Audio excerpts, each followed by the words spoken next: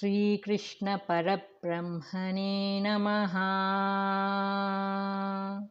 శ్రీ సద్గురు పరమాత్మనే నమః. సర్వమహర్షిభ్యో నమః. జగత్తునకు మూల కారణము తానే అని భగవానుడు చెప్పుచున్నారు. 12వ శ్లోకం. ఏ చైవ సాత్వికా భావ రాజసా తామసాశ్చయే మత్త ఏవేతి తాన్ విద్ధి నత్వహం తేషు తే మయి. తాత్పర్యం: సత్వ రజస్తమో గుణములచే కలిగిన పదార్థములు లేక స్వభావములు ఏవి కలవో అవి నా వలనే కలిగినవని నీవెరుగుము. అయితే నేను వానియందు లేను, అవి నాయందున్నవి. నేను వానికి వశుడను కాను, అవి నాకు వర్తులై ఉన్నవని భావము. వ్యాఖ్య: ఆధారము లేనిదే ఆధేయము నిలువదు. ఈ సమస్త ప్రపంచమునకు అందలి పదార్థములకును ఆధారము పరమాత్మ. అతని సత్త వలననే అవి సత్త కలిగియున్నవి. అధిష్టానముగు ఆత్మ యొక్క వివర్త మాత్రమే ఈ ప్రపంచము. అనగా భ్రమచే రజ్జువునందు గోచరించు సర్పమునకు ఎట్లు రజ్జువు కారణభూతమైనదో అట్లే ఈ జగత్తునకు పరమాత్మ కారణభూతులై ఉన్నారు. కనుకనే ఇచ్చట సాత్వికాది గుణముల వలన కలిగిన సమస్త పదార్థములు నా వలననే కలిగినవని భగవానుడు చెప్పుటకు కారణమైనది. ఈ ప్రకారముగా ఈ జగద్రూప వస్తువులన్నీయు పరమాత్మపై ఆధారపడి ఉన్నవి, కానీ పరమాత్మ వానిపై ఆధారపడుట లేదు. సర్పము రజ్జువునందు కలదు, రజ్జువు సర్పమునందు లేదు. అనగా సర్పము రజ్జువుపై ఆధారపడి ఉన్నది అంతియే కాని రజ్జువు సర్పముపై కాదు. తరంగములు సముద్రముపై ఆధారపడి ఉన్నవి, సముద్రము తరంగములపై కాదు. అవి నాయందున్నవి, నేను వానియందు లేను అను భగవద్వాక్యము యొక్క అర్థము ఇదియే. నత్వహం తేషు తే మయి అను వాక్యమునకు మరి ఒక విధమగు అర్థము కూడా చెప్పవచ్చును. ఎట్లనిన అహం తేషునా తే మయి నా, నేను వానియందు కాని అవి నాయందు కాని లేవు. ఇది పరిపూర్ణ అద్వైత స్థితిని గూర్చి చెప్పు వాక్యము. ఈ దృశ్య జగత్తు స్వప్నప్రాయమై వాస్తవముగా పరమార్థ దృష్టియందు లేనిదై ఉన్నది. కావున లేని వస్తువునందు పరమాత్మ ఉండుట ఏమి? పరమాత్మయందు ఆ లేని వస్తువు ఉండుట ఏమి? ఈ శ్లోకమునందు మొదటి పాదము రెండవ పాదములోని పూర్వార్థము ద్వైత విశిష్టాద్వైత తత్వమును, రెండవ పాదములోని ఉత్తరార్థము అద్వైత తత్వమును సూచించుచున్నవి. గీతయందు పరిపూర్ణ అద్వైత స్థితి బోధింపబడిన కొలది సందర్భములలో ఇది ఒకటి అయి ఉన్నది. భూతభృత్ చ భూతస్థః 9వ అధ్యాయం 5వ శ్లోకము ఇత్యాది సందర్భములు. ఈ శ్లోకమున రాజస తామస భావములు కూడా పరమాత్మ వలననే కలిగినవని వాక్యముచే ఈ దుష్ట భావములను ప్రోత్సహించినట్లెవ్వరునూ భావింపరాదు. వాని అన్నిటి యొక్క అధిష్టానము పరమాత్మయే అని తెలుపుట కొరకే ఇట్లు వర్ణించబడినది. ప్రశ్న: పరమాత్మ ఎట్టివాడు? ఉత్తరము: సత్వ రజస్తమోగుణ సంజనితములగు సమస్త వస్తువులకును ఆధారభూతుడు. అవి అతనికి వశములై ఉన్నవి, అతడు వానికి వశుడై లేడు. అట్టి పరమాత్మను జనులు ఏల తెలుసుకొనజాలకున్నారో వచింపబడుచున్నది. 13వ శ్లోకము. త్రిభిర్గుణమయైర్భావైరేభిః సర్వమిదం జగత్ మోహితం నాభిజానాతి మామేభ్యః పరమవ్యయం. చెప్పబడిన 3 విధములగు సత్వ రజస్తమో గుణముల యొక్క వికారములను స్వభావముల చేత ఈ ప్రపంచమంతయు మోహమును అవివేకమును పొందింపబడినదై ఈ గుణముల కంటే వేరై అతీతుడనై నాశరహితుడనైనట్టి నన్ను తెలుసుకొనజాలకున్నది. వ్యాఖ్య: ఆకాశము మేఘములచే దట్టముగా కప్పబడినప్పుడు మేఘమునకు ఆవలనున్న సూర్యుని, మేఘములకు ఈవలనున్న జనులు ఎట్లు చూడజాలరో అట్లే త్రిగుణములకు ఆవలనున్న పరమాత్మను త్రిగుణముల స్వభావములకు వికారములకు లోబడిన జనులు తెలుసుకొనజాలకున్నారు. మరియు అత్తి పండులోనున్న పురుగుల వలె త్రిగుణాత్మకమగు మాయాగోళమున జీవులు పరిభ్రమించుచున్నారు.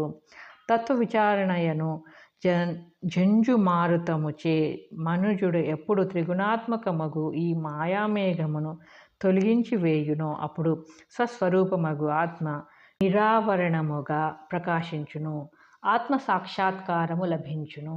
ఈ శ్లోకమున జీవుడు ఏ ప్రకారము త్రిగుణాత్మకముగు మాయచే బంధింపబడెనో తెలుపబడినది. రాబో శ్లోకమున ఈ బంధము ఎట్లు తొలగించుకొనగలడో వచింపబడినది. ప్రతి మనుజుడును మొట్టమొదట తాను మాయారూప బంధమున తగులుకొని ఉన్నాడని సత్యమును గ్రహించుట అత్యావశ్యకము.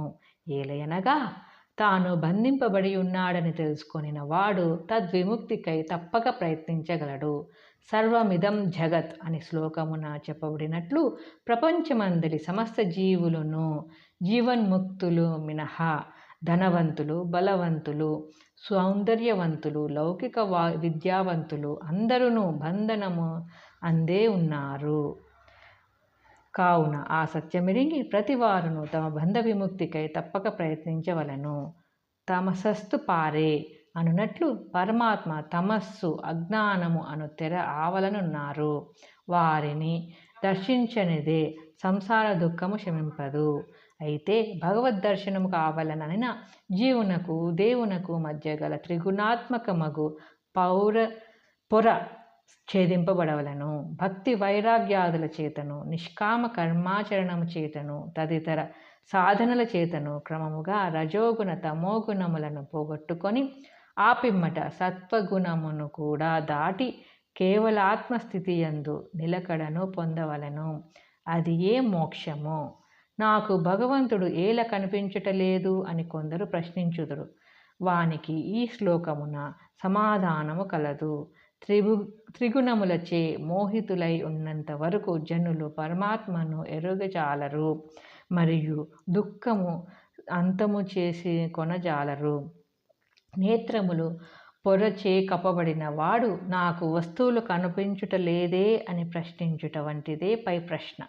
ఆపరేషన్ చేసి ఆ పొర ఎత్తివేయవలను. అప్పుడు పదార్థములు స్పష్టముగా గోచరించును. అట్లే ప్రాపంచిక భోగములకై ప్రాకులాడక మొట్టమొదట తన హృదయమందలి రజోగుణ తమోగుణాదులను వాని వికారములను పురుష ప్రయత్నముచే భక్త్యాది సాధనలను అవలంబించి తొలగించుటకు ప్రయత్నించవలను.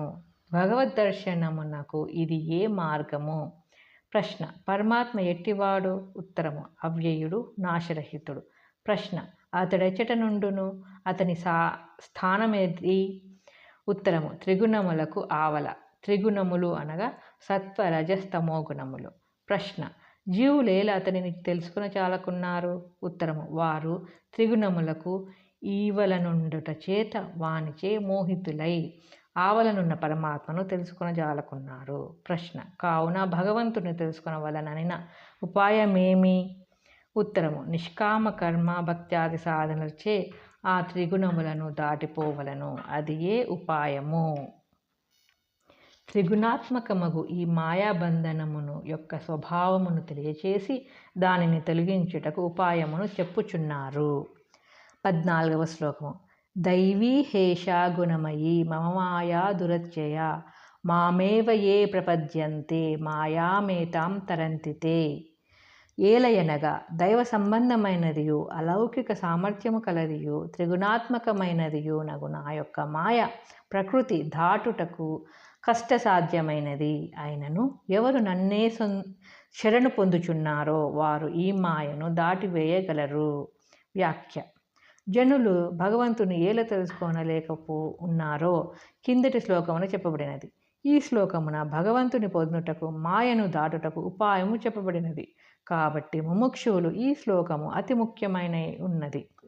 దీనిని కంఠస్థము చేసి నిరంతరము మననము చేయవలసి ఉన్నది. దేవుని దర్శించుటకు ఒక పెద్ద అడ్డుగోడ ఉన్నది. అది అడ్డముగానున్నందున ఎవరునూ ఆ పరమాత్మను దర్శింపజాలకున్నారు. దానినే మాయ అందురు. పెన్న దాటితే పెరుమాళ్ల సేవ అనునట్లు ఆ మాయను దాటిననే పరమాత్మ దర్శనమగును. అయితే దానిని దాటుట ఎట్లు? ఆ పద్ధతి ఈ శ్లోకమున చక్కగా చెప్పబడినది. మాయను అభివర్ణించుచు భగవానుడు 4 విశేషణములను పేర్కొని ఉన్నారు. అవి ఏవి అనినా మొదటిది దైవ సంబంధమైనది అనగా అలౌకికమైనది, గొప్ప సామర్థ్యము గలది. రెండవది త్రిగుణాత్మకమైనది. 3 భగవంతునకు లోబడి ఉన్నది. 4 దాటుటకు కష్టసాధ్యమైనది. ఈ మాయా లక్షణములను గురించి ఒకంత విచారించదము. మొదటిది మాయను దైవ సంబంధమైనది అని వర్ణించుటచే అది సామాన్యమైనది కాదనియు, భగవత్ సంబంధమైనదనియు, మహత్తర శక్తి సామర్థ్యములు కలిగి అలౌకికమైనదనియు స్పష్టమగుచున్నది. దీనినే వైష్ణవి మాయ అని కూడా అందురు. అది మహాశక్తివంతమై ఉండుట వలన అనేకులను, మేధా సంపన్నులను, బలవంతులను, రాజాదిరాజులను, ఇంద్రులను, చంద్రులను కూడా పడగొట్టి అజ్ఞానమందు జనన మరణ ప్రవాహమందు పడద్రోయుచున్నది. జనుల యొక్క లౌకికములైన తెలివితేటలు దాని దగ్గర ఉపయోగించవు. అది దైవ సంబంధమైనది కనుక దైవిక ఉపాయముల వలననే లోబడగలదు. 2 గుణమయి అని చెప్పుటచే ఈ మాయ త్రిగుణాత్మకమైనదని అనగా సత్వ రజస్తమో గుణములే స్వరూపముగా కలదని తెలియచున్నది. మాయకు ప్రకృతికి వేరు ఆకారము లేదు, త్రిగుణములే దాని ఆకారము కనుకనే గుణమయ అని చెప్పబడినది. ఈ త్రిగుణములలో ఒక్కొక్క గుణమును లాగి పారవేసినచో ఇక మాయ మిగులదు. ఈ గుణములచే మోహితులై భ్రమింపబడి జనులు తన్నెరుగజాలకున్నారని కిందటి శ్లోకమున భగవానుడు తెలిపియుండుట గమనించదగినది. 3 మమ నా యొక్క మాయ అని చెప్పుట వలన ఆ మాయ భగవంతునకు స్వాధీనమై ఉన్నదని స్పష్టమగుచున్నది. ఇళ్లలోని పెంపుడు మృగములు యజమానికి లోబడి ఉండునట్లు మాయ పరమేశ్వరునికి లోబడి ఉన్నది. మాయినంతు మహేశ్వరం.